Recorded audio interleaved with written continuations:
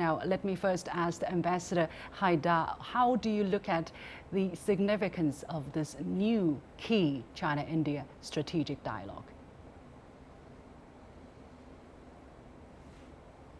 Well, periodically, it is necessary for the countries, India and China, to upgrade their relations, to find new ways of relating to each other. We've seen over the last few years various efforts to strengthen relationships, to upgrade, to put in more senior people and more authoritative interlocutors from both sides in order to discuss matters of mutual interest. I think that Mr. Jaishankar's visit is the latest in this series and a very welcome one in my view, because it is a good period, a good time when the world is undergoing considerable change, when multipolarity is becoming much more prominent in global affairs. It's good that these two major countries, India and China, should compare notes, should exchange views and see what common perceptions they have on these new developments. Mm-hmm. Dr. Lee, how do you look at the recent development of India-China, China-India relations over the past few years and the significance of this meeting?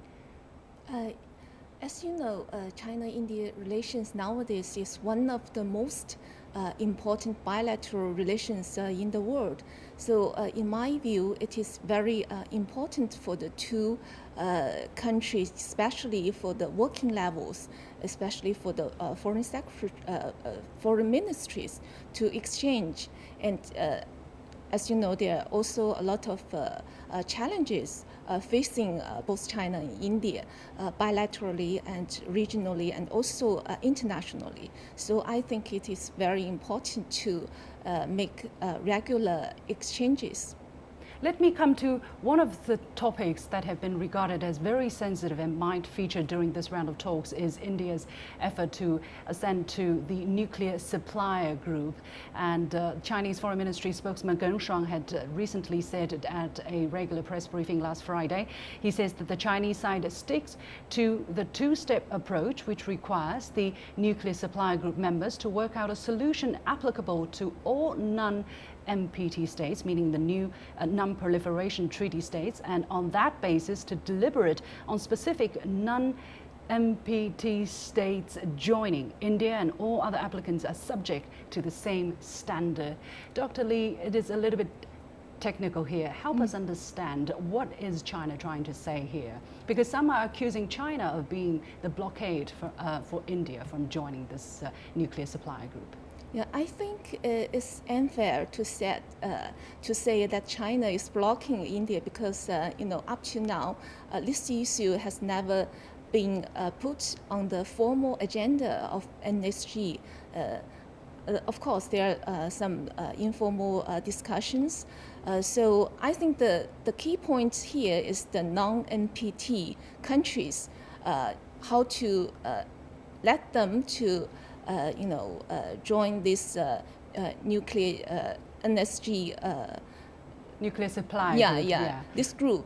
So the problem is about the credibility of this international non-proliferation regime. So to be a responsible, country, I think China and also some other NSG members, they share the view of China, how to, make it fair or acceptable to everybody. Because for NSG, it needs consensus, and it is very important to, to set up a standard or a universal condition for everybody to accept. And then let's discuss the individual issue. Yeah, right now we know there are about 3 non-signatory states that are not members to the non-proliferation treaty, that include India, Pakistan and Israel, and it is a pity that the DPRK withdrew from the treaty in 2003. Ambassador Haidar, let me come to you.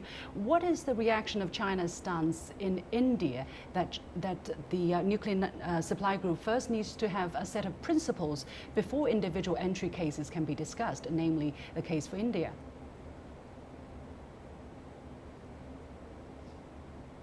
From what I understand, Pakistan feels that if India is to be part of the nuclear suppliers group, Pakistan too has a right to be there.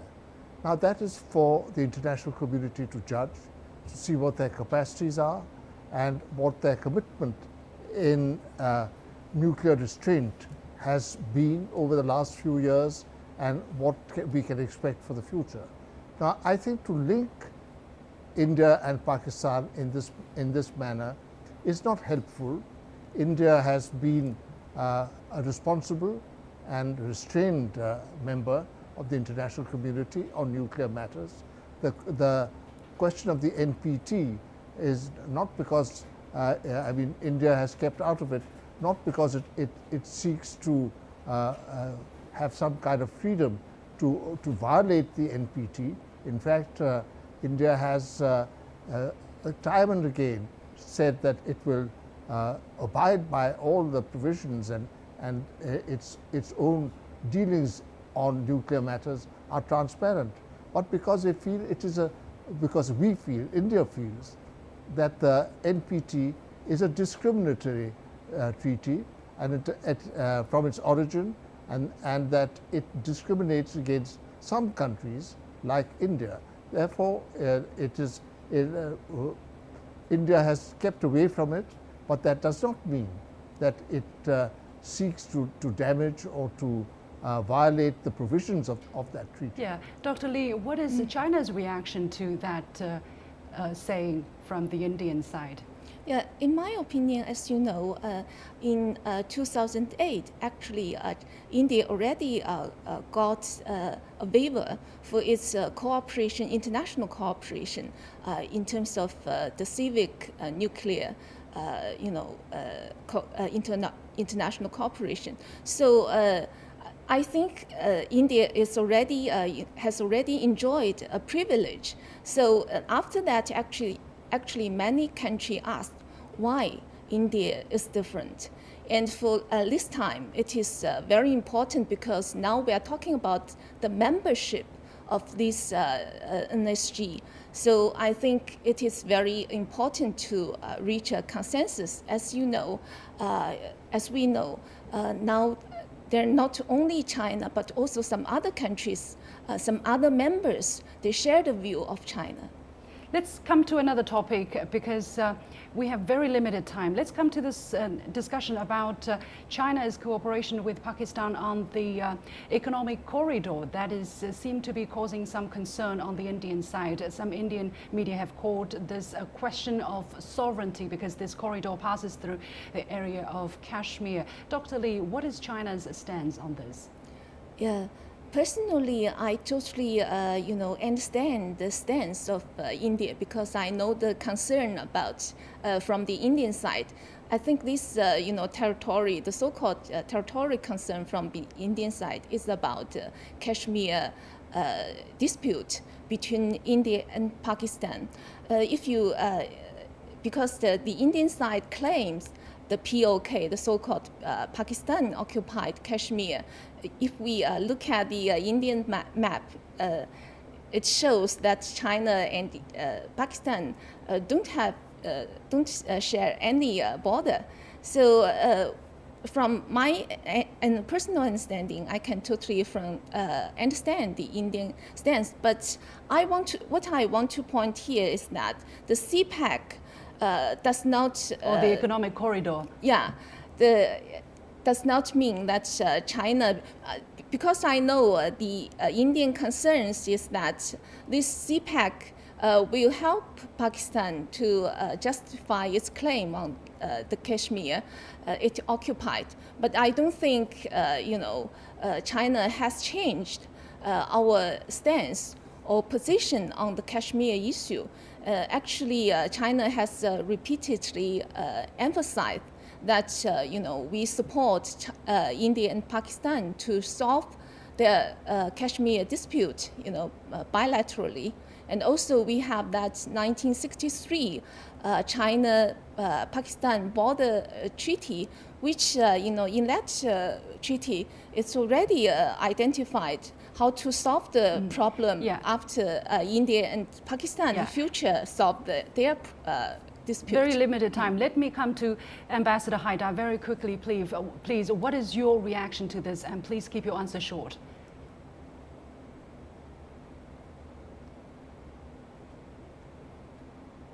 Sorry, am I supposed to say something here?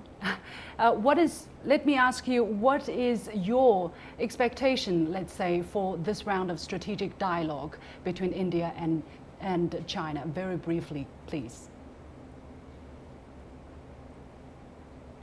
For the strategic dialogue, I think that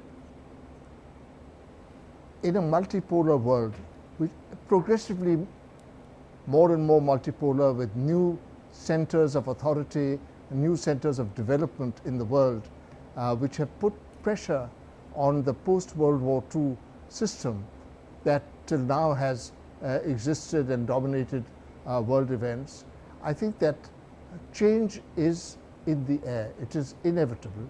It is happening. New, as I said, new countries have emerged. They haven't emerged today. This is a matter, it's a process that's been going on for some time now. Yeah.